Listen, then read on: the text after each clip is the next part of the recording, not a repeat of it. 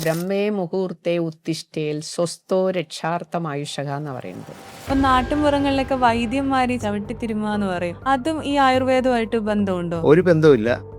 എല്ലാവരുടെയും വിചാരം ഇത് ആർക്കും എപ്പോഴും എവിടെ വെച്ചും ചെയ്യാവുന്ന ഒരു ചികിത്സയാണ് പഞ്ചകർമ്മ ചികിത്സ എന്നുള്ളൊരു വിചാരമുണ്ട്. അത് തീർത്തും തെറ്റാണ്. ഈ മസാജ് സെന്റർ ഒരുപാടുള്ളപ്പോൾ എല്ലാം കൂടി ആയുർവേദത്തിനും അത് മോശമായിട്ട് ചിലപ്പോഴൊക്കെ ബാധിക്കാറുണ്ടല്ലേ? ചില ആശുപത്രികളിലൊക്കെ തിരിച്ചുമൊക്കെ ഉണ്ടായിട്ടുണ്ട്. അങ്ങനെ ഒരു ചീത്തപ്പേരൊക്കെ ആയുർവേദത്തിന് ഉണ്ടായിട്ടുണ്ട്. പല മസാജ് സെന്ററിലും ഈ ടൂറിസ്റ്റ് കേന്ദ്രങ്ങളിലും ഒക്കെ അങ്ങനെ ഉണ്ടായിട്ടുണ്ട്. ആയുർവേദം എന്ന് പറഞ്ഞാൽ മസാജ് അല്ല. അതാണ് ആദ്യമായിട്ട് മനസ്സിലാക്കേണ്ടത്. ഒരു തിരുമ്മൽ ചികിത്സ അല്ല ആയുർവേദ ചികിത്സ. ഇപ്പോഴൊക്കെ പ്രസവിച്ചു കഴിഞ്ഞാൽ അധികം ശുശ്രൂഷയൊന്നുമില്ല, പെട്ടെന്ന് തന്നെ ആൾക്കാർ ഡെയിലി ലൈഫിലേക്കൊക്കെ പോവാണ്. അത് പ്രശ്നം ഉണ്ടാവോ ഭാവിയിൽ സ്ത്രീകൾ? അത് വലിയ പ്രശ്നമാണ്. വളരെയധികം ആളുകളെ ബാധിക്കുന്ന, ചികിത്സിക്കാൻ വളരെയധികം ബുദ്ധിമുട്ടുള്ളതാണ് ആമവാദം, പക്ഷാഘാതം എന്നൊക്കെ. അപ്പോൾ ഇതൊക്കെ എങ്ങനെയാണ് ആയുർവേദത്തിൽ ചികിത്സിക്കാൻ പറ്റുമോ? ശരീരത്തിൽ അധിക സ്ഥലത്തും നീർക്കെട്ട് പോലെയുള്ള വേദനകൾ ഉണ്ടാവുന്ന അവസ്ഥ പലർക്കും ഉണ്ടാവുന്നുണ്ട്. അത് ആയുർവേദത്തിലാണ് അതിനുള്ള ചികിത്സയുള്ളത്. പലരുടെ ഇപ്പോഴത്തെ ഒരു ആവശ്യമാണ് സൗന്ദര്യം കൂട്ടുക എന്നുള്ളത്. യൗവനം നിലനിർത്താൻ എന്തൊക്കെയാണ് ആയുർവേദ ചികിത്സകൾ ഉണ്ടോ? അപ്പം എത്ര വയസ്സ് മുതലുള്ള ആൾക്കാർക്ക് ഈ പഞ്ചകർമ്മ ചികിത്സ അല്ലെങ്കിൽ ഈ ഉഴിച്ചിൽ പിഴിച്ചിലൊക്കെ ചെയ്യാനായിട്ട് പറ്റും? എത്ര വയസ്സ് മുതൽ, അങ്ങനെ ഒരു പ്രായം പറഞ്ഞിട്ടുണ്ടോ? അതായത് നമുക്ക് എല്ലാ ആൾക്കാർക്കും പറ്റില്ല. കുഞ്ഞുങ്ങളെ അതൊന്നും ഒഴിവാക്കിയിട്ടുണ്ട്. ഒരു 7 വയസ്സിന് മുമ്പുള്ള കുഞ്ഞുങ്ങളെ നമ്മൾ സാധാരണ പഞ്ചകർമ്മ ചികിത്സയിൽ ഉൾപ്പെടുത്താറില്ല. അതുപോലെ തന്നെ 70 വയസ്സിന് മുകളിലുള്ള ആളുകളെയും പൂർണ്ണതോതിൽ പഞ്ചകർമ്മ ചികിത്സയ്ക്ക് വിധേയരാക്കാറില്ല. പക്ഷെ സാധാരണ നിലയിലുള്ള പൂർവ്വകർമ്മങ്ങളായ അഭ്യംഗം പിഴിച്ചൽ അതിനൊക്കെ പറ്റും. പക്ഷെ ശരിക്കുള്ള പഞ്ചകർമ്മത്തിൽ നമ്മൾ അവരെ ഉൾപ്പെടുത്താറില്ല. അപ്പം നാട്ടിൻപുറങ്ങളിലൊക്കെ വൈദ്യന്മാര് ചവിട്ടിത്തിരുമുക എന്ന് പറയും. അതും ഈ ആയുർവേദമായിട്ട് ബന്ധമുണ്ടോ? ഒരു ബന്ധവുമില്ല. അത് വളരെ അശാസ്ത്രീയമായി ചെയ്യുന്ന ഒരു ചികിത്സാ രീതിയാണ്. അതിൽ പോയി ചെയ്തിട്ട് മറ്റു പല രോഗങ്ങളും ഉണ്ടായിട്ടുള്ള അനവധി പേരെ നമ്മൾ ഇതിനൊക്കെ കണ്ടിട്ടുണ്ട്. അപ്പോൾ ഒരിക്കലും അങ്ങനെയുള്ള ശാസ്ത്രീയമല്ലാത്ത ചികിത്സാ രീതികൾ അവലംബിക്കാതിരിക്കുന്നതാണ് ബുദ്ധി. നടുവേദനയൊക്കെ ഉള്ളവരങ്ങനെ പോയി തിരുമാനൊക്കെ പോകുമ്പോൾ അവർക്ക് കൂടുതൽ ആരോഗ്യ പ്രശ്നങ്ങൾ വരുമോ? അതെ, നടുവേദന പല കാരണങ്ങൾ കൊണ്ടും നടുവേദന ഉണ്ടാവാം. നമ്മൾ എല്ലാ നടുവേദനകളിലും നമുക്ക് തിരുമ്മലോ അല്ലെങ്കിൽ ഉഴിച്ചിലോ ഒന്നും അപ്ലിക്കബിൾ അല്ല. അത് ഗുണത്തിനേക്കാളും കൂടുതൽ ദോഷമാണ് ഉണ്ടാവുക. ഇപ്പോൾ ചിലപ്പോൾ ഡിസ്ക് പ്രൊലാപ്സ് മാത്രമായിരിക്കില്ല, ഇന്റേണൽ ആയിട്ടുള്ള എന്തെങ്കിലും പ്രോബ്ലംസ് ഉണ്ടാവാം. അതുപോലെ തന്നെ നെർവിന് കംപ്ലൈൻസ് ഉണ്ടായിട്ടുണ്ടാവാം, അല്ലെങ്കിൽ ആപ്സിസ് ഉണ്ടാവാം, അല്ലെങ്കിൽ പലതരം അസുഖങ്ങളുണ്ടാവാം. അപ്പം നമ്മൾ എല്ലാവരെയും അത് അങ്ങനെ ചെയ്യുന്നത് ഗുണത്തിനേക്കാളും കൂടുതൽ ദോഷമാണ് വരിക എന്നുള്ളതാണ് എൻ്റെ വ്യക്തിപരമായ അഭിപ്രായം. കർക്കിടകമാകുമ്പോൾ എല്ലാ സ്ഥലങ്ങളിലും അങ്ങനെ അതെ അതെ അതെ അതെ അതിപ്പോൾ അങ്ങനെ ഒരു ട്രെൻഡാണ്. ആൾക്കാർക്ക് ശരിക്ക് അതിനെ ആയുർവേദം എന്ന് പറയുമ്പോൾ എല്ലാവർക്കും അതിനെ അറിയാം ആയുർവേദം എന്താന്ന്. അതിൻ്റെ ഒരു ഡ്രോബാക്ക് ആണത്. എല്ലാവരുടെയും വിചാരം ഇത് ആർക്കും എപ്പോഴും എവിടെ വെച്ചും ചെയ്യാവുന്ന ഒരു ചികിത്സയാണ് പഞ്ചകർമ്മ ചികിത്സ ഒരു വിചാരമുണ്ട്. അത് തീർത്തും തെറ്റാണ്. നമുക്ക് ആയുർവേദത്തിൽ ചികിത്സ ശരിയായി ചെയ്തില്ലെങ്കിൽ അതിൻ്റെ ദോഷഫലങ്ങൾ അനുഭവിക്കുന്ന ഒട്ടനവധി പേരുണ്ട്. പക്ഷെ ആരും അത് തിരിച്ചറിയുന്നില്ല എന്നുള്ളതാണ് അതിൻ്റെ ഒരു വ്യത്യാസം. അപ്പം ശരിയായ സ്ഥലത്ത് ശരിയായ രീതിയിൽ ശരിയായ ഡോക്ടറിനെ കണ്ട് ചികിത്സിക്കുന്നതാണ് ഈ ഒരു 21ാം നൂറ്റാണ്ടിൽ ഉള്ള നമ്മളെങ്കിലും ഇനി ചെയ്യേണ്ടത്. അല്ലാതെ പ്രാകൃതമായിട്ടുള്ള ചികിത്സാ രീതിയിലേക്ക് മടങ്ങിപ്പോകലല്ല. സ്ത്രീകളെ അപേക്ഷിച്ച് പുരുഷന്മാരാണ് കൂടുതലായിട്ടും ഈ ഉഴിച്ചിലിനായാലും ഈ ചികിത്സകൾക്കൊക്കെ വരുന്നത്. സ്ത്രീകൾ പൊതുവെ കുറവാണോ ആയുർവേദ രംഗത്ത് വരുന്നത്, ആയുർവേദ ചികിത്സയിൽ? ഇല്ല, എൻ്റെ ഒരു ചികിത്സാ അനുഭവത്തില് സ്ത്രീകളും പുരുഷന്മാരും രണ്ടു കൂട്ടർക്കും ഒരേപോലെ തന്നെ ഈ നമ്മുടെ ഇപ്പം ഈ പറഞ്ഞ മാതിരിയുള്ള ഡിസീസ്, ഇപ്പം ലോ ബാക്ക് ഏക്ക്, ഓസ്റ്റിയോ ആർത്രൈറ്റിസ്, അതോടൊപ്പം തന്നെ സൊറിയാസിസ്, രണ്ടു കൂട്ടർക്കും ഒരുപോലെയാണ് എനിക്ക് അനുഭവപ്പെട്ടേക്കുന്നത്. രണ്ടു കൂട്ടർക്കും ഇത്തരം രോഗങ്ങളുള്ളവർ രണ്ടു കൂട്ടരും ഞങ്ങളെ സമീപിക്കാറുണ്ട്, ചികിത്സ കൊടുക്കാറുമുണ്ട്. അതിലൊരു വകഭേദം ഇവരാണോ കൂടുതൽ ഇവർ കുറവ് എന്നുള്ളത് അങ്ങനെ പറയാൻ സാധിക്കില്ല എന്നുള്ളതാണ് എൻ്റെ വ്യക്തിപരമായിട്ടുള്ള ചികിത്സാനുഭവം. ഈ തിരുമുന്നതൊക്കെ അധികം പുരുഷന്മാരാണ്. സ്ത്രീകൾ പൊതുവെ അങ്ങനെ വരാറുണ്ടോ? തീർച്ചയായും സ്ത്രീകളും വരുന്നുണ്ട്. പഴയ കാലങ്ങളിൽ അങ്ങനെയുള്ള സെൻറ്റേഴ്സ് കുറവായിരുന്നു. ഇപ്പോൾ തീർച്ചയായും ആയുർവേദ ചികിത്സാ കേന്ദ്രങ്ങൾ ധാരാളമായുള്ളത് കൊണ്ട് അങ്ങനെയുണ്ട്. നമ്മുടെ ആശുപത്രിയിൽ സ്ത്രീകൾ തന്നെയാണ് മസാജ് ചെയ്യുന്നത്. ചില ആശുപത്രികളിലൊക്കെ തിരിച്ചുമൊക്കെ ഉണ്ടായിട്ടുണ്ട്. അങ്ങനെ ഒരു ചീത്തപ്പേരൊക്കെ ആയുർവേദത്തിന് ഉണ്ടായിട്ടുണ്ട്. പല മസാജ് സെന്ററിലും ഈ ടൂറിസ്റ്റ് കേന്ദ്രങ്ങളിലും ഒക്കെ അങ്ങനെ ഉണ്ടായിട്ടുണ്ട്. പക്ഷെ നമ്മുടെ ശരിക്കുള്ള ആശുപത്രികളിലൊന്നും അങ്ങനെ ചെയ്യുന്നില്ല. അതുകൊണ്ട് തന്നെ ധാരാളം സ്ത്രീകൾ ഇപ്പോൾ ആയുർവേദ ചികിത്സയ്ക്കായിട്ട് വരുന്നുണ്ട്. അങ്ങനെ ഒരു തെറ്റിദ്ധാരണ, ഒരു ഭയവും ഉണ്ട്. ശരിക്കും പറഞ്ഞാൽ ഒരുപാട് ചികിത്സാ രീതികൾ, ഒരുപാട് തിരുമ്മലുകൾ ഉള്ളപ്പോൾ, ഈ മസാജ് സെന്റർ ഒരുപാടുള്ളപ്പോൾ എല്ലാം കൂടി ആയുർവേദത്തിനും അത് മോശമായിട്ട് ചിലപ്പോഴൊക്കെ ബാധിക്കാറുണ്ടല്ലേ? ആയുർവേദം എന്ന് പറഞ്ഞാൽ മസാജ് അല്ല. അതാണ് ആദ്യമായിട്ട് മനസ്സിലാക്കേണ്ടത്. ഒരു തിരുമ്മൽ ചികിത്സ അല്ല ആയുർവേദ ചികിത്സ. അത് മനസ്സിലാക്കിയാൽ തന്നെ പകുതി കാര്യങ്ങളിൽ നിന്ന് നമുക്ക് രക്ഷപ്പെടാം. എല്ലാവരുടെയും വിചാരം ഒന്ന് തിരുമ്മിക്കാൻ പോവുക, അതോടെ അസുഖം ഭേദമാവും എന്നാണ്. അതെ. പക്ഷെ അത് തീർത്തും തെറ്റാണ്. അതാണ് നമുക്കങ്ങനെ കൂടുതലായിട്ട് അറിയുമ്പോഴാണ് മനസ്സിലാവുന്നത് ആയുർവേദം അത്രയും വലിയൊരു ബ്രോഡായിട്ടുള്ള ഏരിയ ആണെന്ന്. അതെ അതെ അതെ. ഡോക്ടർ, ഈ സ്ത്രീ സംബന്ധമായിട്ട് ഒരുപാട് പ്രശ്നങ്ങളുണ്ട്. ഇപ്പോൾ മെൻസ്ട്രൽ ഡിസോർഡർ, അങ്ങനെ ഒരുപാട് കാര്യങ്ങളുണ്ട്. അങ്ങനെയുള്ള സ്ത്രീ സംബന്ധമായ രോഗങ്ങളിൽ ആയുർവേദത്തിന്റെ പ്രസക്തി എത്രത്തോളം ഉണ്ട്? ഈ സ്ത്രീ സംബന്ധമായ കാര്യങ്ങളിൽ ആയുർവേദത്തിന് നല്ല പ്രസക്തി ഉണ്ട് എന്ന് പറഞ്ഞാൽ ഞങ്ങൾക്ക് ഒരുപാട് കേസുകൾ വരാറുണ്ട്. ഇപ്പം അമിനൂറിയ എന്ന് പറഞ്ഞിട്ട് ഒരു വിഷയം എന്ന് പറയുന്നത് പീരീഡ്സ് ഇല്ല. അപ്പോൾ ആ പീരീഡ്സ് ഇല്ലാത്തതിൻ്റെ വന്നു കഴിയുമ്പോൾ നമ്മൾ എന്തുകൊണ്ട് പീരീഡ്സ് ഇല്ല എന്നുള്ളത് നമ്മൾ ചെക്ക് ചെയ്യണം. അത് PCOD, irregular periods, PCOD, polycystic ovarian disease. ഇപ്പൊ പല പെൺകുട്ടികൾക്കും ഉള്ള ഒരു വലിയ പ്രശ്നമാണ് PCOD ഉണ്ടായ അവർക്ക് റെഗുലർ പീരിയഡ്സ് ഇല്ല. പിന്നെ ഉള്ളത് ഹോർമോണൽ പ്രോബ്ലം കൊണ്ട് നമുക്ക് അമിനൂറിയ വരും. അമിനൂറിയ എന്ന് പറയുന്നത് പീരിയഡ്സ് ഇല്ല എന്നുള്ളതാണ്. അപ്പം ഇതിന്റെ കാരണം എന്താണെന്ന്, അപ്പം നമ്മൾ അമിനൂറിയ പീരിയഡ്സ് ഇല്ല ഡോക്ടറെ, റെഗുലർ അല്ല എന്ന് പറയുമ്പോൾ നമ്മൾ അതിന്റെ കാരണങ്ങൾ ചെക്ക് ചെയ്യും. നമ്മൾ സാധാരണ ഇൻവെസ്റ്റിഗേഷന് വിടേണ്ടി വരും. ഇത് PCOD ഉണ്ടോ ഇല്ലയോ എന്ന് നമ്മൾ ചെക്ക് ചെയ്യേണ്ടി വരും. അപ്പോൾ നമ്മൾ അൾട്രാസൗണ്ടിന് US സ്കാൻ വിടും. അപ്പോൾ PCOD ഉണ്ടെങ്കിൽ PCODക്ക് തക്കതായിട്ടുള്ള ട്രീറ്റ്മെൻറ്റ് കൊടുക്കണം. അത് എന്താ ഇന്നത്തെ പെൺകുട്ടികൾക്ക് കൂടുതൽ കാണാൻ കാരണം ഈ ഫാസ്റ്റ് ഫുഡിൻ്റെ അതിപ്രസരമാണ്.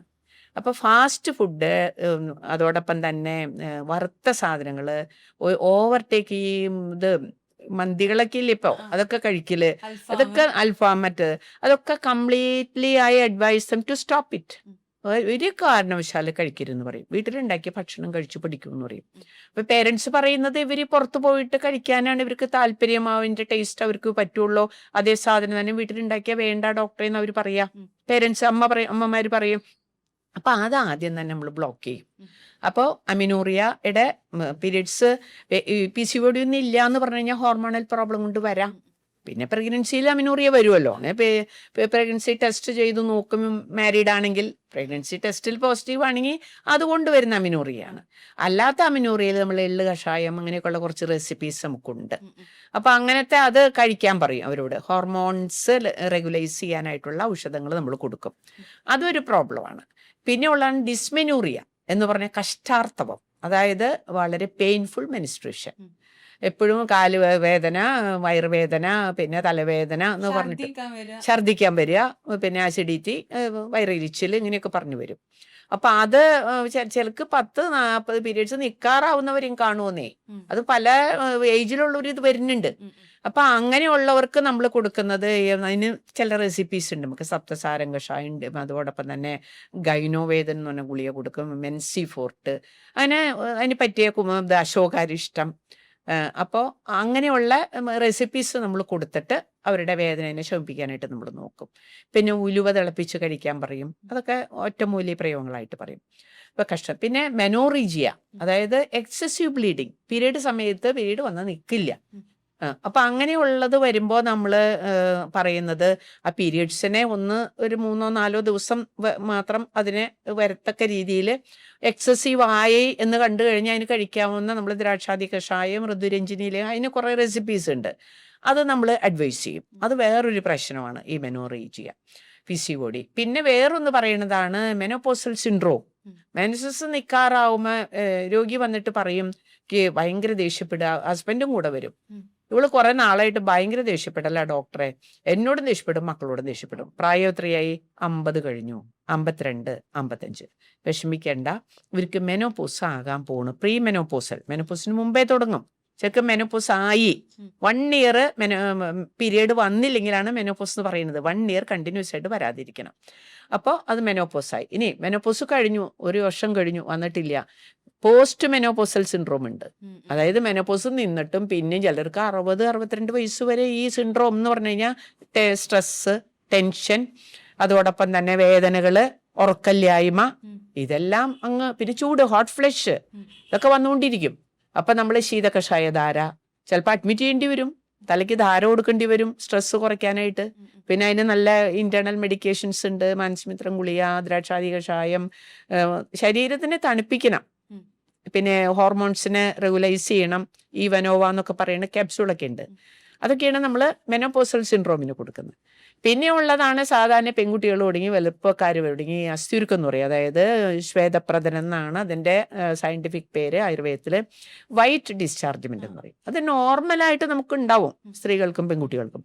അപ്പോൾ അത് എക്സസീവായിട്ട് പോവുക, ക്ഷീണം ഉണ്ടാവുക, ഒത്തിരി കോംപ്ലിക്കേഷൻ, ശരീരത്തിൽ ബലം കുറയുക, കുട്ടി എപ്പോഴും കിടക്കണം ഡോക്ടറെ, ഒന്നിനും ഉത്സാഹമില്ല എന്ന് പറയുക. അങ്ങനെ ലക്ഷണങ്ങളോടുകൂടി വരുന്ന വൈറ്റ് ഡിസ്ചാർജ്മെന്റ്, അല്ലെങ്കിൽ കളറ് മാറുക, സ്മെല്ലുണ്ടാവുക, ഇങ്ങനെ വരുമ്പോഴാണ് അത് രോഗമായിട്ട് വരുന്നത്. അതിന് ഞങ്ങൾക്ക് പക്ക നല്ല ട്രീറ്റ്മെന്റ് ഉണ്ട് ആയുർവേദത്തിൽ. അപ്പോൾ അവർ മറ്റുള്ള ഇത് കാണിക്കുമ്പോൾ അത് നോർമലാണ്, കുഴപ്പമില്ല. പക്ഷെ കുട്ടി കിടന്നിടത്തുനിന്ന് എഴുന്നേൽക്കുന്നില്ല, എപ്പോഴും ക്ഷീണം, വിളർച്ച, ഭക്ഷണം വേണ്ട. അപ്പം നമുക്ക് നല്ല നല്ല ശതാവരി കുളം, ഫെമിപ്ലക്സ്, നല്ല കോമ്പിനേഷൻസ് ഉണ്ട്. അത് കൊടുത്തിട്ട് പറയും കോഴിയിറച്ചി, കോഴിമുട്ട ഒന്നും കഴിക്കരുത് കേട്ടോ, അച്ചാറ് കഴിക്കരുത്, പാല്, അതുപോലെ തന്നെ പഴങ്ങള്, മുന്തിരിങ്ങ, ഈത്തപ്പഴം, അങ്ങനെയൊക്കെയുള്ള നല്ല നറിഷിങ് ഫുഡ് കഴിക്കാൻ പറയും, ശരീരത്തിനെ കാമാക്കുന്നത്. അപ്പോൾ അതാണ് വേറൊരു അവസ്ഥയിലുള്ള ഗൈനക്കോളജിക്കൽ പ്രോബ്ലമായിട്ട് വരുന്നത്. എൻ്റെ അടുത്ത് വരുന്ന കേസുകൾ ജനറലായിട്ട് ഇങ്ങനെയാണ്. പിന്നെ ഞങ്ങൾക്ക് പോസ്റ്റ്നേറ്റൽ കെയർ ഉണ്ട്. അത് പ്രസവശേഷമുള്ള പ്രസവരക്ഷ എന്ന് പറഞ്ഞിട്ട് ഞങ്ങൾ അഡ്മിറ്റ് ചെയ്ത് മസാജ്, വയറുകെട്ടൽ, അങ്ങനെയൊക്കെയുള്ള ചികിത്സയ്ക്കും നമ്മൾ പോസ്റ്റ്നേറ്റൽ കെയറിനും ഞങ്ങളുടെ അടുത്ത്. പ്രസവം കഴിഞ്ഞു, അവർക്ക് പിന്നെ വേറെ പ്രത്യേകിച്ച് എന്തെങ്കിലും ഒരു 5 ദിവസം കഴിച്ചാൽ മതി. നോർമൽ ഡെലിവറി ആണെങ്കിൽ, സിസേറിയൻ ആണെങ്കിൽ സ്റ്റിച്ച് ഉണങ്ങുന്നവരെ മതി വേറെ. അപ്പോൾ അവർ വരും. അപ്പോൾ അവർ വീട്ടിൽ ചെയ്യാൻ പറ്റാത്തവർ ഞങ്ങളുടെ ആശുപത്രിയിൽ അഡ്മിറ്റ് ചെയ്തിട്ട് പോസ്റ്റ്നേറ്റൽ കെയറിന് വരുന്നുണ്ട്. 15 ഡേയ്സ് 1 മന്ത് വരെ അവർ ചികിത്സ എടുക്കുന്നുണ്ട്.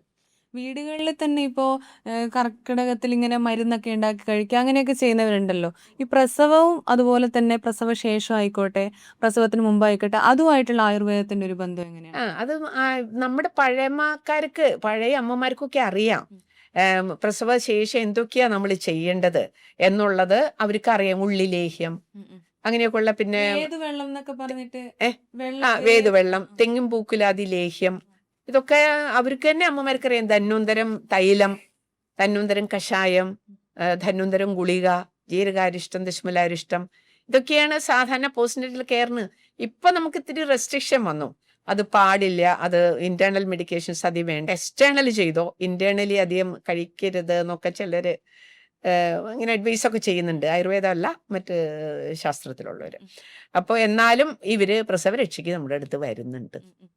അപ്പൊ നമ്മളത് നോക്കിയിട്ട് പ്രശ്നമില്ല. പിന്നെ പാലില്ല എന്നുള്ളതാണ് വേറൊരു വലിയൊരു പ്രശ്നം. പാലില്ലാതെ നമ്മൾ ശതാവരി ഇടിച്ചു പിഴിഞ്ഞ നീര് ഒരു നല്ലൊരു റെസിപ്പിയാണ്. നമ്മൾ പിന്നെ കടൽമീനാണ് അഡ്വൈസ് ചെയ്യുക. പാല്, ബ്രസ്റ്റ് മിൽക്കിന് ഏറ്റവും നല്ലൊരു കമ്പോണന്റ് ആയിട്ട് പറയുന്നത് കടൽമീനാണ്. കടൽമീനും ശതാവരി അതിന്റെ തോലൊക്കെ കളഞ്ഞിട്ട് ഇടിച്ചു പിഴിഞ്ഞ് ഒരു 15 ml വരെ, ഒരു സ്പൂൺ വരെ ഈ അല്പം പഞ്ചസാര ചേർത്ത് കഴിക്കാൻ പറയും. പാലിന് ഒത്തിരി ഉപകാരം ചെയ്യുന്നതാണ്. പിന്നെ ആയുർവേദത്തിൽ തന്നെ ഒരുപാട് പാലുണ്ടാക്കുന്ന ഒരുപാട് കോമ്പിനേഷൻസ്, കമ്പനി മരുന്നുകൾ ഇറങ്ങുന്നുമുണ്ട്. അതും നമ്മൾ അഡ്വൈസ് ചെയ്ത് കൊടുക്കാറുണ്ട്. ഇപ്പോഴൊക്കെ പ്രസവിച്ചു കഴിഞ്ഞാൽ അധികം ശുശ്രൂഷയൊന്നും ഇല്ല, പെട്ടെന്ന് തന്നെ ആൾക്കാർ ഡെയിലി ലൈഫിലേക്കൊക്കെ പോവാണ്. അതൊരു പ്രശ്നം ഉണ്ടാവോ ഭാവിയിൽ സ്ത്രീ? അത് വലിയ പ്രശ്നമാണ്. അത് ഫോറിനിൽ ഇപ്പൊ കഴിഞ്ഞ ദിവസം UK എന്നൊരു പേഷ്യന്റ് വന്നിരുന്നു. അവർ പ്രസവിച്ചിട്ട് 2 വർഷം, 1 വർഷം 1.5 വർഷം കൊണ്ടായി. സിവിയർ ലോ ബാക്ക് ഏക്കാന്നാ പറയുന്നത്.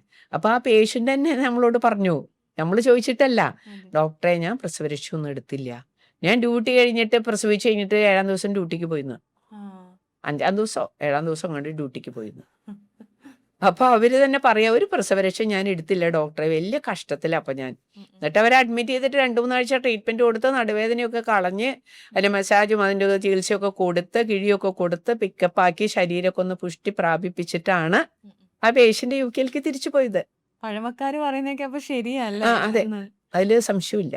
വളരെയധികം ആളുകളെ ബാധിക്കുന്ന, ചികിത്സിക്കാൻ വളരെയധികം ബുദ്ധിമുട്ടുള്ളതാണ് ആമവാദം, പക്ഷാഘാതം എന്നൊക്കെ.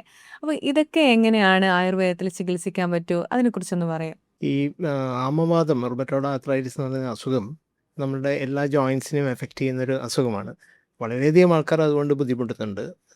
നമുക്ക് നടക്കാൻ പറ്റാതാവുക, സന്ധികളിൽ നീരും വേദനയൊക്കെ വന്നിട്ട് മടക്കാൻ പറ്റാതാവുക, വിരലൊക്കെ മടക്കാൻ ബുദ്ധിമുട്ട്, രാവിലെ എണീക്കുമ്പോൾ കട്ടിലിൽ നിന്ന് എണീക്കാൻ ബുദ്ധിമുട്ട്, അങ്ങനെയുള്ള ഒട്ടനവധി രോഗികളുണ്ട്.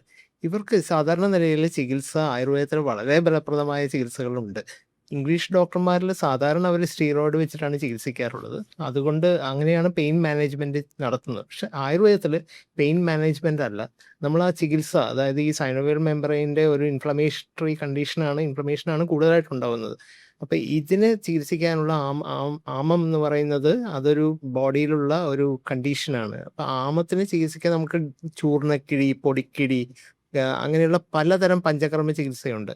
അപ്പോൾ ആശുപത്രിയിൽ അഡ്മിറ്റായി ചികിത്സിക്കുകയാണെങ്കിൽ ഈ ആമവാദം എന്നുള്ള അസുഖത്തിന് വളരെ നല്ല ചികിത്സ ആയുർവേദത്തിലുണ്ട്. പക്ഷാഘാതം എന്നുള്ളത് നമുക്ക് എല്ലാവർക്കും അറിയാവുന്ന പോലെ ഒരു വശം സ്ട്രോക്കാണ്. ബ്രെയിനിലുണ്ടാവുന്ന പല സ്ട്രോക്ക് കൊണ്ടും വരാം, പ്രശ്നങ്ങൾ കൊണ്ടും വരാം. അപ്പോൾ അതിനും ആയുർവേദത്തിൽ വളരെ പല കേസിലും ആയുർവേദം 3-4 വർഷം വന്ന് പക്ഷാഘാതം വന്ന് ആയുർവേദ ചികിത്സ കഴിഞ്ഞിട്ട് റെഡിയായി പോയിട്ടുള്ള ഒട്ടനവധി രോഗികളുണ്ട്, നടക്കാൻ പറ്റുന്ന ഒരു അവസ്ഥയിലെത്തിയിട്ടുള്ളത്. അതും നമുക്ക് ചിലതരം ധാരകൾ നമ്മൾ നെറ്റിയിലും തലയ്ക്ക് വേണ്ടി ധാര, ശിരോപിജു അല്ലെ ശിരോവസ്തി എന്ന് പറയുന്നിട്ടുള്ളൊരു ട്രീറ്റ്മെൻ്റ് ഉണ്ട്. അതായത് തൈലം നമ്മുടെ തലയിൽ മുഴുവനായിട്ട് നിർത്തും കുറേ. അതൊക്കെ പലരിലും വളരെ അത്ഭുതകരമായ മാറ്റങ്ങൾ ഉണ്ടായിട്ടുണ്ട്. അപ്പോൾ ഇങ്ങനെയുള്ള ചികിത്സകൾക്ക്, പക്ഷാഘാതം, ആമവാദം തുടങ്ങി വളരെ ബുദ്ധിമുട്ടുള്ള ചികിത്സകൾക്ക് ആയുർവേദത്തിൽ വളരെ ഫലപ്രദമായ ചികിത്സയുണ്ട്. പിന്നെ പലരും ആയുർവേദത്തോട് ഇപ്പോഴൊരു വിമുഖത കാണിക്കുന്നത് കുറേ നാളെടുക്കും ചികിത്സിച്ച് ഭേദമാക്കാൻ അസുഖം എന്നുള്ളതാണ്.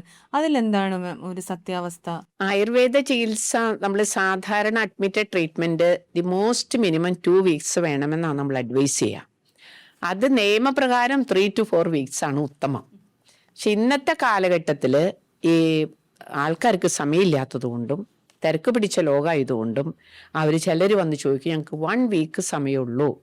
പ്രത്യേകിച്ച് ഫോറിനിൽ ജോലി ചെയ്യുന്ന ഇന്ത്യൻസ് അവർ പറയും, ഞങ്ങൾക്ക് വെക്കേഷന് വന്നേക്കണതാ, ആകെ 3 ആഴ്ച സമയമുള്ളൂ, അതുകൊണ്ട് ഒരാഴ്ച ഡോക്ടറെ ഞങ്ങൾക്ക് ആയുർവേദം ചെയ്യാൻ സമയമുള്ളൂ എന്ന് പറയുമ്പോൾ നമ്മൾ ചെയ്യുന്നത് അവർക്ക് 1 വീക്കിൽ ചെയ്യാൻ പറ്റിയ ചികിത്സകൾ എന്ന് പറഞ്ഞു കഴിഞ്ഞാൽ മസാജ്, സ്റ്റീം ബാത്ത് ഒക്കെ കൊടുത്തു വിടും. അല്ലാതെ അവർക്ക് സീരിയസ് ആയിട്ടുള്ള പഞ്ചകർമ്മ ചികിത്സകളെല്ലാം കൂടി ഈ ഒരാഴ്ചയ്ക്ക് നമുക്ക് കൊടുക്കാൻ പറ്റില്ല. പിന്നെ പഞ്ചകർമ്മ ചികിത്സ ചെയ്ത് കഴിഞ്ഞു കഴിഞ്ഞാൽ ചില ആൾക്കാർ പറയും താമസിച്ച ഗുണം കിട്ടുള്ളൂ എന്ന് പറയുന്നുണ്ട്. ഒരു പരിധിവരെ അത് ശരിയാണ്. ഈ പഞ്ചകർമ്മ ചികിത്സ നമ്മൾ ചെയ്തു കഴിഞ്ഞാൽ വിതിൻ 3 months ആണ് അതിൻ്റെ കംപ്ലീറ്റ് റിസൾട്ട് കിട്ടുക. അത് മറ്റ് ശാസ്ത്രത്തിൽ അങ്ങനെയല്ല. ആയുർവേദത്തിലെ എൻ്റെ പ്രത്യേകത അതിന് സ്വല്പം കൂടിയും അത് കോശം ലെവൽ, ടിഷ്യൂ ലെവലിൽ ചെന്ന് ആക്ട് ചെയ്ത് എൻ്റെ റിസൾട്ട് വരാനായിട്ട് അതിൻ്റേതായിട്ടുള്ളൊരു സാവകാശ സമയം എടുക്കും. അപ്പോൾ മാഡം ചോദിച്ചത് ഒരു പരിധി വരെ അങ്ങനെ അത് ശരിയാണ് താനും. എൻ്റെ സമയം എടുക്കും. പ്രത്യേകിച്ച് പഞ്ചകർമ്മ ചികിത്സ ചെയ്യുമ്പോൾ പല കേസുകളിലും എന്നാൽ ചില കേസിൽ അല്ലാത്തതുമുണ്ട്, പെട്ടെന്ന് റിസൾട്ട് കിട്ടുന്നതുമുണ്ട്. ഇപ്പം നടുവേദനയായിട്ട് ഒരു പേഷ്യൻ്റ് വന്നു, അവർക്ക് നമ്മൾ പഞ്ചകർമ്മം കൊടുത്തു, നമ്മൾ ഉള്ളിലേക്ക് നെയ്യ് കൊടുത്തു, സ്റ്റീം കൊടുത്തു, ശോധന വരുത്തി, അതിനുശേഷം നമ്മൾ ഇലക്കിഴി കൊടുത്തു, അല്ലെങ്കിൽ നമ്മൾ കമിഴ്ന്ന് കിടന്ന് പൃഷ്ഠവസ്തി എന്ന് പറഞ്ഞ ട്രീറ്റ്മെൻറ്റ് കൊടുത്തു. ആ സ്പോട്ടിൽ തന്നെ അവർ പറയുന്നുണ്ട് ആഫ്റ്റർ 15 days ഞങ്ങൾക്ക് മോർ ദാൻ 60 to 70% റിലീഫ് കിട്ടിയ കേസുകൾ ഞങ്ങൾക്കുണ്ട്. എല്ലാ കേസും അങ്ങനെയല്ല, എന്നാ അങ്ങനെ അല്ലാത്തതും ഉണ്ട്. പൊതുവെ അങ്ങനെ ഒരു ധാരണയുണ്ട്. അതെ, അങ്ങനെയുണ്ട്. സാർ, ഇപ്പം പുതിയ ഒരു പ്രശ്നമാണ് പോസ്റ്റ് കോവിഡിന് ശേഷമുള്ള ശാരീരിക ബുദ്ധിമുട്ടുകൾ. അതിനെന്തെങ്കിലും തരത്തിലുള്ള സൊല്യൂഷൻസ് ആയുർവേദത്തിലുണ്ടോ? പോസ്റ്റ് കോവിഡ് ഇപ്പോഴത്തെ ഒരു ജനറേഷൻ എല്ലാവരും അഭിമുഖീകരിക്കുന്ന ഒരു പ്രശ്നമാണ്. ഏറ്റവും പോസ്റ്റ് കോവിഡ് വന്നിട്ടുള്ള ആൾക്കാർക്ക് പ്രശ്നം ഉണ്ടാകുന്നത് ബ്രീത്ത് എടുക്കാൻ പറ്റുന്നില്ല എന്നുള്ളതാണ്, ശ്വാസം മുട്ട്. അതാണ് മിക്ക ആൾക്കാർക്കും ഉണ്ടാകുന്നത്. അതിൽ ആയുർവേദത്തിൽ നമ്മൾ ഈ നെഞ്ചിൻ്റെ ഭാഗത്ത് നമ്മൾ കിഴികൾ പലതും ചെയ്ത് ഈ ശ്വാസകോശത്തിനെ വികസിപ്പിക്കാനുള്ള പലതരം ട്രീറ്റ്മെൻറ്റ് നമുക്കുണ്ട്. അതുപോലെ തന്നെ ഇൻറ്റേർണൽ മെഡിസിൻ കൊണ്ട് ഈ കഫക്കെട്ടും അത് ശ്വാസകോശത്തിൻ്റെ ഒരു ഒപ്റ്റിമൈസേഷൻ വരുത്താനുള്ള എല്ലാ മരുന്നുകളും നമുക്കുണ്ട്. അതുപോലെ തന്നെ നമുക്ക് കഫം ഛർദ്ദിപ്പിക്കുന്ന ഒരു തരം പഞ്ചകർമ്മ ചികിത്സയുണ്ട്, വമനം എന്ന് പറയും. അപ്പോൾ അതായത് കഫത്തിനെ നമ്മൾ ഛർദ്ദിപ്പിച്ച് കളയുന്ന ഒരു തരം ചികിത്സയുണ്ട്. അപ്പോൾ അതും ഈ തരം പോസ്റ്റ് കോവിഡ് രോഗികൾക്ക്, അതായത് ശ്വാസം മുട്ട് കൂടുതലായിട്ട് അനുഭവിക്കുന്ന രോഗികൾക്ക് നമ്മൾ കൊടുക്കാറുണ്ട്. അതുകൊണ്ട് വളരെയധികം ഗുണം കിട്ടുന്നുണ്ട്. ഹാർട്ടിൻ്റെ പ്രോബ്ലം ഇല്ലാത്തവർക്കേ നമുക്ക് അങ്ങനെ ചെയ്യാൻ പറ്റുള്ളൂ. ഹാർട്ട് പ്രോബ്ലം ഒക്കെ ഉള്ളവർക്കും ഒന്നും ചെയ്യാൻ പറ്റില്ല, ബാക്കിയുള്ള എല്ലാവർക്കും. പിന്നെ അതുപോലെ തന്നെ പോസ്റ്റ് കോവിഡിൽ വരുന്നൊരു പ്രശ്നമാണ് ഓർമ്മക്കുറവ്, ശരിക്കുള്ള കാര്യങ്ങളെ അപഗ്രഥിക്കാനുള്ള ഒരു വിഷമം. ഇതൊക്കെ കോവിഡ് വന്ന ആൾക്കാർക്ക് അത് ശരി. പല കാര്യങ്ങളും മറന്നു പോവുക, അങ്ങനത്തെ കാര്യങ്ങളൊക്കെ ഉണ്ട്. അതിനൊക്കെ നമുക്ക് ആയുർവേദത്തിൽ വളരെ ഫലപ്രദമായ ചികിത്സയുണ്ട്. നമുക്ക് നസ്യം, അതായത് മൂക്കിൽ കൂടെ മരുന്ന് ഇട്ടിക്കുക. അതിൻ്റെ മെയിൻ കാര്യം തന്നെ ഇത് അബ്സോർബ് ചെയ്ത് നമ്മുടെ ബ്രെയിനിലേക്ക് പെട്ടെന്ന് എത്തും എന്നുള്ളതാണ് നസ്യം എന്നുള്ള ചികിത്സയുടെ ഏറ്റവും പോസിറ്റീവായിട്ടുള്ള കാര്യം. അതുപോലെ തന്നെ ധാര, ശിരോധാര, പലതരം മരുന്നുകൾ കൊണ്ട് നമ്മൾ തലയിൽ ചെയ്യുന്ന ചികിത്സകൾ, ഇതൊക്കെ നമുക്ക് ബ്രെയിൻ സ്റ്റിമുലേറ്റർ ആണ്. ഇത് ഈ ഹൈപ്പോതലാമസിനെ കുറച്ചും കൂടെ ആക്റ്റീവ് ആക്കാൻ പറ്റും. പിന്നെ ഡോപ്പാമൈൻ കൂടുതൽ ആക്കാൻ പറ്റുന്നുണ്ട്. അങ്ങനെ പല ഗുണങ്ങളും ഈ നമ്മളുടെ ട്രീറ്റ്മെൻറ്റ് കൊണ്ടുണ്ട്. അപ്പോൾ മെയിനായിട്ടുള്ള ഈ 2 കാര്യം. പിന്നെ ബോഡി പെയിൻ, പോസ്റ്റ് കോവിഡ് രോഗികൾക്ക് ഏറ്റവും കൂടുതൽ ബുദ്ധിമുട്ടുള്ളതാണ് ബോഡി പെയിൻ. അതിന് നമുക്ക് ആയുർവേദത്തിലേ ചെയ്യാനുള്ളൂ. നമ്മുടെ പല കിഴികളും, ചൂർണ്ണക്കിഴിയൊക്കെ ഒരു 3-4 ദിവസം ചെയ്യുമ്പോൾ തന്നെ ആ ഒരു പ്രോബ്ലംസ് ഒക്കെ എല്ലാവർക്കും മാറും. ശരീരത്തിൽ അധിക സ്ഥലത്തും നീർക്കെട്ട് പോലെയുള്ള വേദനകൾ ഉണ്ടാവുന്ന അവസ്ഥ പലർക്കും ഉണ്ടാവുന്നുണ്ട്. അത് ആയുർവേദത്തിലാണ് അതിനുള്ള ചികിത്സയുള്ളത്. വളരെ എളുപ്പത്തിൽ, വളരെ ഒരു 5-6 ദിവസം, മാക്സിമം ഒരാഴ്ച കൊണ്ട് തന്നെ അങ്ങനെയുള്ള പ്രോബ്ലംസ് നമുക്ക് മാറ്റാൻ കഴിയുന്നതാണ്. ഡോക്ടറെ, അപ്പോൾ ഈ ജീവിതശൈലി രോഗങ്ങളിൽ എത്രത്തോളം ഫലപ്രദമാണ് നമ്മുടെ ആയുർവേദ ചികിത്സ? ജീവിതശൈലി രോഗങ്ങളിൽ ഇപ്പോൾ BP, കൊളസ്ട്രോള്, ഷുഗർ, ഇതൊക്കെ വളരെ ആൾക്കാരെ ബുദ്ധിമുട്ടിക്കുന്ന ഒരു സമയമാണ്. പ്രഷറിന് നമുക്ക് ആയുർവേദത്തിൽ വളരെ ഫലപ്രദമായ ചികിത്സ ഉണ്ട്. നമുക്ക് BP എന്ന് പറയുന്നത് പല കാരണങ്ങൾ കൊണ്ടുണ്ടാവാം, പല അസുഖങ്ങൾ കൊണ്ടുണ്ടാവാം. പക്ഷേ ജീവിതശൈലി രോഗങ്ങൾ കൊണ്ടും BP ഉണ്ടാവാം. അപ്പോൾ അതിന് നമുക്ക് നമ്മുടെ നല്ല ചികിത്സ, അതായത് വെറും മരുന്ന് കഴിച്ചു മാത്രം നമുക്ക് ചികിത്സിക്കാൻ പറ്റുന്നതാണ്. പിന്നെ ഷുഗറിന് വളരെ ഹൈ ലെവലിലുള്ള ഷുഗർ ചിലപ്പോൾ കുറയ്ക്കാൻ കുറച്ച് പ്രയാസമായിരിക്കും. പക്ഷേ എന്നാലും ഒരു നോർമൽ രീതിയിലുള്ള ഒരു മെയിൻറ്റെയിൻ ചെയ്ത് പോകാനൊക്കെ ഷുഗറിന് നമുക്ക് ആയുർവേദത്തിൽ നല്ല മരുന്നുകളുണ്ട്. യാതൊരുവിധ കോംപ്ലിക്കേഷനോ സൈഡ് എഫക്ട്സോ ഇല്ലാത്ത മരുന്നുകൾ ആയുർവേദത്തിൽ നമുക്ക് ചെയ്യാൻ സാധിക്കുന്നതാണ്. അതുപോലെ തന്നെയാണ് കൊളസ്ട്രോൾ ലെവൽ കുറയ്ക്കാനും ട്രൈഗ്ലിസറൈഡ്സും LDL-ഉം കുറയ്ക്കുക എന്നുള്ളത് ഇന്നത്തെ ഭക്ഷണ രീതിയൊക്കെ അനുസരിച്ച് വളരെ ബുദ്ധിമുട്ടാണ്. പക്ഷെ നമ്മളുടെ ചികിത്സ, അതിന് പഞ്ചകർമ്മ ചികിത്സയും കൂടെ ചെയ്താൽ വളരെയധികം അതുകൊണ്ട് ഗുണം കിട്ടുന്നുണ്ട്. അതുപോലെ തന്നെ പലരുടെയും ഇപ്പോഴത്തെ ഒരു ആവശ്യമാണ് സൗന്ദര്യം കൂട്ടുക എന്നുള്ളത്, അതുപോലെ തന്നെ യൗവനം നിലനിർത്തുക എന്നുള്ളത്. യൗവനം നിലനിർത്താൻ എന്തൊക്കെയാണ് ആയുർവേദ ചികിത്സകളുണ്ടോ? പിന്നെ വളരെ നല്ല ചികിത്സകളാണ് ആയുർവേദത്തിലുള്ളത്. നമ്മുടെ ഈ ഞവരക്കിഴി എന്ന് പറയുന്നിട്ടുള്ള ഒരു ചികിത്സാ രീതിയുണ്ട്. അതായത് പാലും ഞവരേരിയും ഒക്കെ വെച്ച് കുറുന്തോട്ടി കഷായമൊക്കെ ചേർത്തിട്ടുള്ളൊരു ചികിത്സാ രീതിയാണിത്. അത് നമ്മുടെ ശരീരത്തിന് നിറം കൂട്ടാനും തൊലിക്ക് മാർദ്ദവം വരാനും യൗവനം നിലനിർത്താനും എല്ലാം, അതായത് കോശങ്ങളെ റെജുവിനേറ്റ് ചെയ്യാനും ഒക്കെ വളരെ എഫക്റ്റീവായിട്ടുള്ളൊരു ട്രീറ്റ്മെൻറ്റാണ് ഞവര കിഴി തേക്കുക, ഞവര പായസം തേക്കുക, ഞവരക്കിഴി, അങ്ങനെ പലതരം ഞവര വെച്ചിട്ടുണ്ട്. കൂടാതെ ഈ ഡീടോക്സിഫിക്കേഷൻ പറഞ്ഞല്ലോ പഞ്ചകർമ്മ ചികിത്സയിൽ. അപ്പോൾ അതുകൊണ്ട് തന്നെ ശരീരത്തിലെ പുതിയ കോശങ്ങൾ ഉണ്ടാവുകയും പഴയ കോശങ്ങളെ നമ്മൾ എക്സ്പെൽ ചെയ്തിട്ട് പുതിയ കോശങ്ങളെ ഉണ്ടാക്കാനുള്ള ഒരു ഒരു ഒരു ഫോഴ്സ് നമുക്ക് ശരീരത്തിൽ ഉണ്ടാവുകയും ചെയ്യുന്നത് കൊണ്ട് തന്നെ നമ്മളെ ആരോഗ്യത്തോടെ നിലനിൽക്കാൻ ഏറ്റവും ഫലപ്രദമാണ്. അതുകൊണ്ടാണ് എല്ലാ വർഷവും നമ്മൾ ഒരു ചികിത്സ, പഞ്ചകർമ്മ ചികിത്സ ചെയ്യണം, കർക്കിടക ചികിത്സ ചെയ്യണം എന്നുള്ളതിൻ്റെ ഉദ്ദേശം ഇതുപോലെ നല്ല ശരീരം മെയിൻറ്റെയിൻ ചെയ്ത് പോകാനാണ്.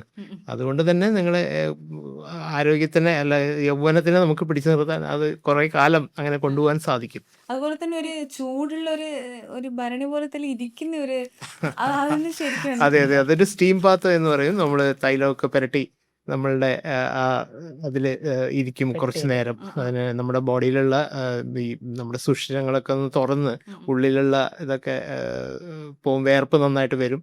പെട്ടെന്ന് നല്ല റിലീഫ് കിട്ടുന്ന ഒരു സാധനം ഇതാണ്. ചൂട് നന്നായിട്ട് അനുഭവപ്പെടും. നമ്മൾ അഭ്യംഗം ചെയ്തതിന് ശേഷം അങ്ങനെ ചെയ്യണം. അതായത് ശരീരത്തിൽ നന്നായിട്ട് തിരുമ്മിയതിന് ശേഷം വേണം നമ്മൾ അങ്ങനെ അതിൻ്റെ സ്റ്റീം ബാത്തിൽ പോയിരിക്കാൻ. അല്ലാതെ ഡയറക്റ്റായിട്ട് സ്റ്റീം ബാത്തിൽ പോയിരുന്നാൽ അതിൽ ഗുണത്തിനേക്കാളും കൂടുതൽ ദോഷമേ ഉണ്ടാവുള്ളൂ. അപ്പോൾ ശരിക്കൊരു ഒരു സ്ഥലത്ത് പോയി ഒരു ആശുപത്രിയിൽ വന്ന് അമലയിലൊക്കെ വന്ന് നോക്കി കണ്ടീഷൻ അനുസരിച്ച് വേണം ചെയ്യാൻ. പല സ്പാ എല്ലാ സെന്ററുകളിലും ഇപ്പൊ അങ്ങനെയൊക്കെ ചെയ്യുന്നുണ്ട്. അതെ അതെ അതെ ഇതുകൊണ്ട് ദോഷങ്ങൾ വളരെയധികം ഉണ്ട്. നമ്മുടെ ഇന്റേണൽ ഓർഗൻസ് എന്ന് പറയുന്ന സാധനമുണ്ട് നമ്മുടെ ശരീരത്തിനകത്ത്. ഈ ഇന്റേണൽ ഓർഗൻസിനൊക്കെ ഈ ചൂട് എത്രത്തോളം പറ്റും അതെ. എന്ന് നമ്മൾ മനസ്സിലാക്കേണ്ടതാണ്. അതൊരു ശരിക്കുള്ള ഒരു ആയുർവേദ ഡോക്ടറിന്റെ അല്ലെങ്കിൽ ഒരു മേൽനോട്ടത്തിൽ വേണം ഇതൊക്കെ ചെയ്യാൻ. പക്ഷെ പലർക്കും അതറിയില്ല. അതുകൊണ്ടാണ് ഈ പഞ്ചകർമ്മ ചികിത്സ തന്നെ ശരിക്കുള്ള സ്ഥലത്ത് ചെയ്യാത്തത് കൊണ്ട് ഇപ്പൊ ചൂട് തന്നെ ഉം. ഇപ്പൊ ചൂട് കിഴി എന്നൊക്കെ പറയുന്ന ചൂടാണല്ലോ. പലതരം ചൂടുകളാണ്, പലതരം കിഴികളുണ്ട്. ഇലക്കിഴി, ഞവരക്കിഴി, പൊടിക്കിഴി, അങ്ങനെ പല നാരങ്ങക്കിഴി. ഈ ഓരോ കിഴിക്കും ഓരോ തരം ചൂടാണ്. ഈ ചൂട് തന്നെ ചില സ്ഥലങ്ങളിലേ നമുക്ക് ചെയ്യാൻ പറ്റുള്ളൂ, എല്ലാ സ്ഥലങ്ങളിലും നമുക്ക് ചെയ്യാൻ പറ്റില്ല. ചില മർമ്മങ്ങളുണ്ട്, ചില അങ്ങനെയുള്ള സ്ഥലങ്ങളിൽ നമ്മൾ ചൂട് കുറച്ച് ചെയ്യണം. അല്ലെങ്കിൽ ആ രോഗിക്ക് തന്നെ ഭാവിയിൽ അത് കോംപ്ലിക്കേഷൻ വരികയുള്ളൂ. അപ്പൊ അങ്ങനെയൊക്കെ നമ്മൾ ചെയ്തിട്ടേ നമ്മൾ ഈ ട്രീറ്റ്മെന്റ്, ആയുർവേദ ട്രീറ്റ്മെന്റ് ചെയ്യാൻ പാടുള്ളൂ. ആയുർവേദ ട്രീറ്റ്മെന്റിന്റെ കാര്യം പറയുമ്പോൾ തന്നെ ഡയറ്റും വളരെ പ്രധാനമാണ്. പഥ്യത്തിൽ നിൽക്കണം എന്ന് പറയും. അങ്ങനെ നിന്നാൽ മാത്രമേ ഇത് ഫലപ്രദമാവുകയുള്ളൂ. പഥ്യം എന്നത് ഉദ്ദേശിക്കുന്നത് നമ്മൾ കഴിക്കുന്ന ഭക്ഷണം ഉണ്ടല്ലോ, ആ ഭക്ഷണം ശരിയായ അബ്സോർപ്ഷൻ നടക്കണം എന്നുള്ള ഒരു ഇതിലാണ് നമ്മൾ ഈ ഔഷധം, നമ്മൾ കഴിക്കുന്ന മരുന്നുകൾ ശരിക്കുള്ള അബ്സോർപ്ഷൻ നടക്കണം എന്ന് പറഞ്ഞിട്ടാണ് നമ്മൾ ഈ പഥ്യം പറയുന്നത്.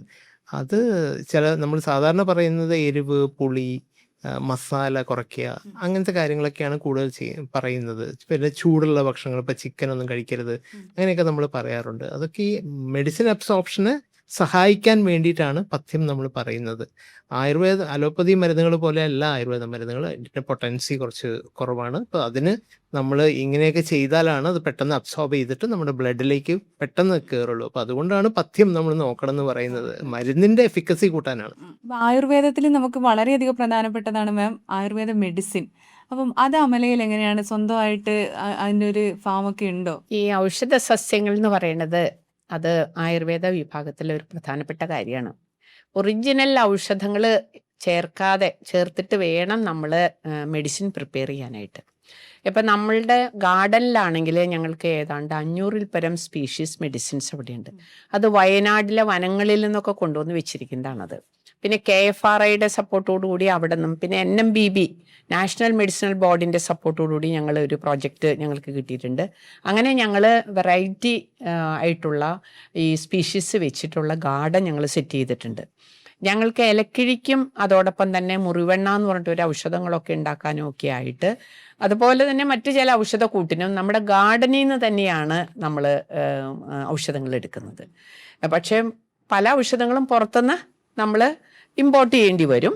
പക്ഷേ കുറേ പച്ചിലകൾ, വേരുകളൊക്കെ നമ്മുടെ ഗാർഡനിൽ നിന്ന് തന്നെ എടുക്കാനായിട്ടുള്ള സൗകര്യത്തിന് ഞങ്ങൾക്ക് നല്ലൊരു മെഡിസിനൽ ഗാർഡനും മെഡിസിനൽ പ്രൊഡക്ഷൻ യൂണിറ്റും അവിടെ തന്നെയുണ്ട്.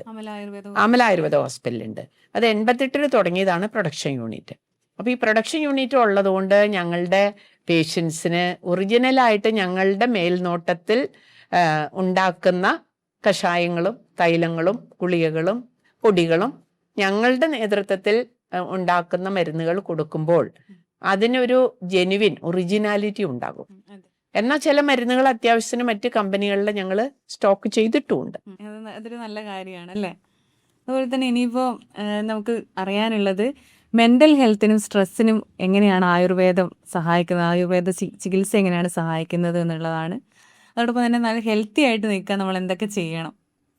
മെൻ്റൽ ഹെൽത്തിന് നമ്മുടെ ഈ അഷ്ടാംഗം എന്ന് പറയുന്നത് 6, നമ്മുടെ ആയുർവേദത്തിനെ 6ആയിട്ട് തിരിച്ചിട്ടുണ്ട്. അതിൽ ഒരു വിഭാഗം തന്നെ പണ്ട് മുതലേ ഈ മെൻ്റൽ ഹെൽത്തിന് വളരെയധികം പ്രാധാന്യം കൊടുക്കുന്ന ഒരു ശാഖ, ഒരു ഡിപ്പാർട്ട്മെൻറ്റ് ആയുർവേദത്തിലുണ്ട്. അപ്പോൾ അതുകൊണ്ട് തന്നെ മെൻ്റൽ ഹെൽത്തിന് വളരെ പ്രാധാന്യം നമ്മൾ കൊടുക്കുന്നുണ്ട്. ഇപ്പം നമ്മൾ സാധാരണ മെൻ്റൽ ഹെൽത്തിന് കൊടുക്കുന്നത് ശിരോധാര, ശിരോവസ്തി എന്ന് പറയുന്ന 2 തരം ട്രീറ്റ്മെൻറ്റാണ്. ശിരോധാര പലതരം മരുന്നുകൾ വെച്ചിട്ടും മോര് വെച്ചിട്ടും നമ്മൾ ചെയ്യുന്നുണ്ട്. പിന്നെ ധാര എന്ന് പറയുന്നത് പലതരം തൈലം നമ്മൾ ഓരോ കണ്ടീഷൻ അനുസരിച്ച് മാറ്റിയിട്ട് നെറ്റിയിലും ഒക്കെ ആയിട്ട് വീഴുന്ന തരത്തിൽ നമ്മൾ സെറ്റ് ചെയ്ത് ചെയ്യുന്നുണ്ട്. അതുകൊണ്ട് വളരെ അധികം ഈ ടെൻഷൻ കുറയ്ക്കുക, അതുപോലെ തന്നെ മാനസിക വിഭ്രാന്തികൾ കുറയുക, ഇതൊക്കെ നമുക്ക് ചെയ്യാൻ പറ്റുന്നതാണ്. അതുപോലെ കണ്ണിൽ നമ്മൾ ചില അഞ്ജനങ്ങൾ എഴുതും. കണ്ണിൽ ഈ ബ്രെയിനുമായിട്ട് ബന്ധപ്പെട്ടത് കൊണ്ട് തന്നെ കണ്ണിലുള്ള ട്രീറ്റ്മെൻറ്റും ഇതോടൊപ്പം നമ്മൾ ചെയ്യാറുണ്ട്. നസ്യം ചെയ്യാറുണ്ട്. നസ്യം ഓരോ മരുന്നിന് നമ്മളിപ്പോൾ ട്രീറ്റ്മെൻറ്റ് എല്ലാവർക്കും ഒന്നാണ്. അതാണ് ആയുർവേദത്തിലെ ഒരു പ്രത്യേകത. നമ്മളിപ്പോൾ ധാര ചെയ്യാൻ പറയും. പക്ഷെ ധാരയിൽ ഉപയോഗിക്കുന്ന മരുന്നുകൾ വ്യത്യാസമാണ്. മരുന്നിനാണ് ക്വാളിറ്റി, അതിൻ്റെ ഡിഫറൻസ് ആണ് ഒരു അസുഖം എങ്ങനെയാ മാറുന്നത് എന്നുള്ളത്. ആ ട്രീറ്റ്മെൻറ്റ് സെയിം ആയിരിക്കും. നസ്യം എന്ന് പറയുന്നത് മൂക്കിലിട്ടിക്കുന്നതാണ്, പക്ഷെ മൂക്കിലിട്ടിക്കുന്ന മരുന്നുകൾ വ്യത്യാസം ഉണ്ടാവും. കിഴി എന്ന് പറയുന്നത് കിഴിയാണ്, എല്ലാവർക്കും കിഴിയാണ് ചെയ്യുന്നത്, പക്ഷേ കിഴിയിൽ ഉപയോഗിക്കുന്ന മരുന്നുകൾ വ്യത്യാസം ഉണ്ടാവും. അതിലാണ് ഡോക്ടറിൻ്റെ എക്സ്പെർട്ടൈസും ഡോക്ടറിൻ്റെ ഒരു ഇതും ക്വാളിറ്റിയും അവിടെയാണ് അപ്ലൈ ആവുന്നത്. അപ്പോൾ ഈ മെൻ്റൽ പ്രോബ്ലംസിന് ട്രീറ്റ്മെൻറ്റ് ആയുർവേദത്തിലും അമലയിലും വളരെ നന്നായിട്ട് തന്നെ ചെയ്യുന്നുണ്ട്. ഹെൽത്തി ആയിട്ടിരിക്കാൻ വേണ്ടി എന്താണ് ചെയ്യേണ്ടത്? അതൊരു ആയുർവേദത്തിൽ എന്തെങ്കിലും അതിനെക്കുറിച്ച് പ്രതിപാദിക്കുന്നുണ്ടോ? അതും കൂടി ഒന്ന് പറഞ്ഞ് നമുക്ക് അവസാനിപ്പിക്കാം. ആയുർവേദത്തിൽ ഹെൽത്തി ലൈഫിനെ കുറിച്ച് പറയുന്നത് നമ്മൾ ഈ ഡെയിലി റൂട്ടീൻ എന്ന് പറയുന്നുണ്ട്. അതായത് നമ്മൾ ബ്രഹ്മേ മുഹൂർത്തേ ഉത്തിഷ്ഠേൽ സ്വസ്ഥോ രക്ഷാർത്ഥമായുഷക എന്ന് പറയുന്നത്. ബ്രഹ്മേ മുഹൂർത്തം, ഇന്നത്തെ യുഗത്തിൽ പിള്ളേരൊക്കെ എഴുന്നേൽക്കുന്നത് 8 മണി 10 മണിയൊക്കെയാണ്. അങ്ങനെയല്ല ആയുർവേദം പറയുന്നത്. ബ്രഹ്മേ മുഹൂർത്തെ ഉത്തിഷ്ഠേൽ എന്ന് പറഞ്ഞു കഴിഞ്ഞാൽ ബ്രഹ്മ മുഹൂർത്തത്തിൽ എഴുന്നേൽക്കണം എന്ന് പറഞ്ഞാൽ, ബ്രഹ്മ മുഹൂർത്തം എന്ന് പറഞ്ഞു കഴിഞ്ഞാൽ ഏകദേശം 5:30ക്കും 6:00 ഇടയിലാണത്. സ്വസ്ഥോ രക്ഷാർത്ഥമായുഷക, സ്വസ്ഥനായിരിക്കണം, ആരോഗ്യവാനായിരിക്കണം എന്ന് ചിന്തിക്കുന്നവൻ എപ്പോഴും ബ്രഹ്മ മുഹൂർത്തത്തിൽ എഴുന്നേൽക്കണം.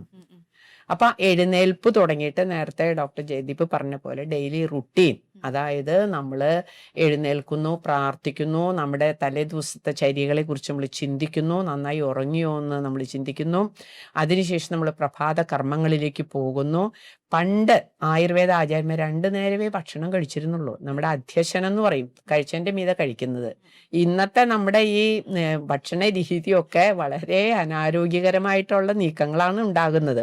അന്നെന്ന് പറഞ്ഞു കഴിഞ്ഞാൽ ഏകദേശം ഒരു 11 മണിക്ക് ഒരു ഭക്ഷണവും പിന്നെ ഒരു 5-നും 6-നും ഇടയിൽ ഈവനിങ് ഒരു ഭക്ഷണവും, അങ്ങനെ 2 നേരം. അപ്പം അവരുടെ ആഹാരങ്ങളൊക്കെ വളരെ ചൂടായിട്ടും പച്ചക്കറികളും പിന്നെ പച്ചക്കറി സൂപ്പ് അങ്ങനെയൊക്കെയുള്ള രീതിയിലുള്ള ആഹാരങ്ങളാണ് അന്നത്തെ കാലഘട്ടത്തിൽ കഴിച്ചിരുന്നത്. അതുകൊണ്ട് അവർക്ക് അന്ന് രോഗങ്ങളുമില്ല. വീട്ടിൽ പ്രിപ്പയർ ചെയ്തിട്ടുള്ള ഈ പച്ചക്കറികളൊക്കെയാണ് അവരന്ന് കഴിച്ചുകൊണ്ടിരുന്നത്. നമ്മുടെ പണ്ടത്തെ ട്രഡീഷൻ അനുസരിച്ച് അങ്ങനെയല്ലേ, വീട്ടിലുണ്ടാക്കിയ പാടത്തുണ്ടാക്കിയ നെല്ലൊക്കെയാണ് അത് ഉപയോഗിച്ചിട്ടാണ് നമ്മൾ അരി ഉപയോഗിച്ചിരുന്നത്. വീട്ടിലുണ്ടാക്കിയ ചേന, ചേമ്പ് അങ്ങനെയൊക്കെയുള്ള കാര്യങ്ങൾ, വീട്ടിലുണ്ടായ കോഴി തന്നെയായാലും വീട്ടിൽ വളർത്തുന്ന കോഴിയുടെ മാംസമാണ് നമ്മൾ അന്നത്തെ കാലത്തൊക്കെ കഴിച്ചുകൊണ്ടിരുന്നത് അല്ലേ. അപ്പോൾ അങ്ങനെയുള്ള ഒരു ചര്യയിലേക്ക്, ഒരു ജീവിത ചര്യയിലേക്കും ഒക്കെ നമ്മൾ നീങ്ങുകയാണെങ്കിൽ അത് ആരോഗ്യകരമായിട്ട് ജീവിക്കാനും, അതോടൊപ്പം തന്നെ എണ്ണ തേപ്പും ഇടയ്ക്കൊക്കെ തൈലമൊക്കെ തേച്ചു കുളിക്കണം, വെള്ളം ധാരാളം കുടിക്കണം, മെഡിക്കേറ്റഡ് വാട്ടർ, ഔഷധസിദ്ധമായ വെള്ളം കുടിക്കണം, ചൂടായിട്ട് വേണം ആഹാരം കഴിക്കാനായിട്ട്, ലൈറ്റ് ഫുഡ് കഴിക്കണം, ഭക്ഷണം കഴിച്ചതിൻ്റെ മീതെ ഭക്ഷണം കഴിക്കാൻ പാടില്ല. അപ്പോൾ എന്നോർത്ത് പക്ക വെജിറ്റേറിയൻ ഡയറ്റ് കഴിക്കണമെന്നും ആയുർവേദം പറയുന്നില്ല കേട്ടോ. അതായത് നമ്മൾ മാംസ സൂപ്പൊക്കെ പറയുന്നുണ്ട്. പഞ്ചകർമ്മ കഴിഞ്ഞു കഴിഞ്ഞാൽ നമ്മൾ ലൈറ്റ് തെളിഞ്ഞ കഞ്ഞി, കട്ടി കൂടിയ കഞ്ഞി അങ്ങനെ കഴിച്ച് നമ്മുടെ ദഹനശേഷിയെ വർദ്ധിപ്പിക്കണതിൽ മാംസരസം സൂപ്പ് കഴിക്കാൻ പറയുന്നുണ്ട്. അത് നോൺ വെജിറ്റേറിയൻ സൂപ്പാ പറയുന്നേ, മട്ടൺ സൂപ്പൊക്കെ. അപ്പൊ അത് വേണ്ടാന്നല്ല പറയുന്നത്. നമ്മുടെ ദഹനം നോക്കി, ഡൈജസ്റ്റീവ് കപ്പാസിറ്റി നോക്കിയിട്ട് വേണം ഇതൊക്കെ നോൺ വെജ് കഴിക്കണേ തന്നെ കഴിക്കാനായിട്ട്. അങ്ങനെ നല്ല ഒരു ജീവിതശൈലി ഉണ്ടാക്കാൻ വേണ്ടി ഇതൊക്കെ നമ്മൾ പാലിക്കണം. അപ്പം ഡോക്ടേഴ്സ് പറഞ്ഞതുപോലെ തന്നെ ഇതൊക്കെ പാലിച്ച് മുന്നോട്ട് പോയാൽ നമുക്കൊരു ഹെൽത്തി ലൈഫ് കുറേ കാലം മുൻപോട്ട് കൊണ്ടുപോകാൻ പറ്റും. അപ്പം thank you. Thank you. Amala Institute of Medical Sciences, Thrissur.